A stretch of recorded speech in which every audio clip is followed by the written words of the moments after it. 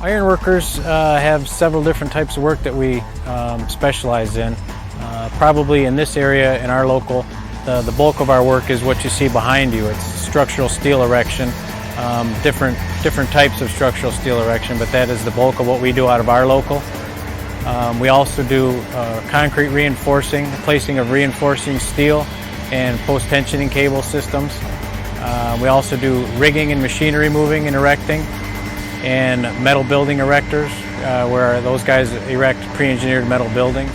My dad was an iron worker. I'm a third-generation iron worker, and I love doing it. I mean, back when I was younger, I always could go onto the sites and see what he was doing. Typically, in any apprenticeship program, about 10% of the apprentice's time is spent in the classroom or doing hands-on instruction training such as this.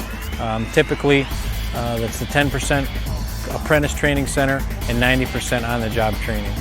You know, we learn math, how to read blueprints, teaching us how to weld, how to use a torch to cut, and just various things like that. The union has really stepped up their commitment to training, and it's something that I think both sides have come together on and realized that we need to do the best that we can when it comes to training. There are several community colleges in the area that give credit for completion of an apprenticeship program towards a degree. For somebody who starts at a young age and works through a long career and expects to retire, currently our pension is set up at a 55 minimum age and 30 years of service.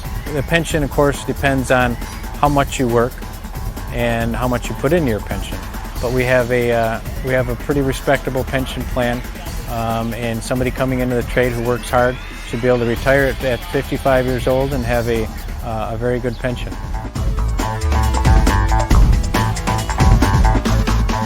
We had a huge expansion at the airport. We had Comerica Park, we had Ford Field. We had a lot of big projects going up. Right now we got the MGM Grand Casino, which is a huge project, probably the biggest project we've had in this area in a long time, if not forever. So those are some real good projects that we've had. To maximize your opportunities, to be the best employee that you can be, you need to have good basic math skills. Academic skills are important in these trades. A lot of people think that just because they don't like school, they don't have to work hard at school and learn the basics because they're going to go into some kind of technical trade, and they think that they don't need that stuff. But it's very important, and I guess I can't stress enough that that's one thing that the people that are interested in coming into these kind of trades need to work on, is their basic academic skills and make sure that they have them.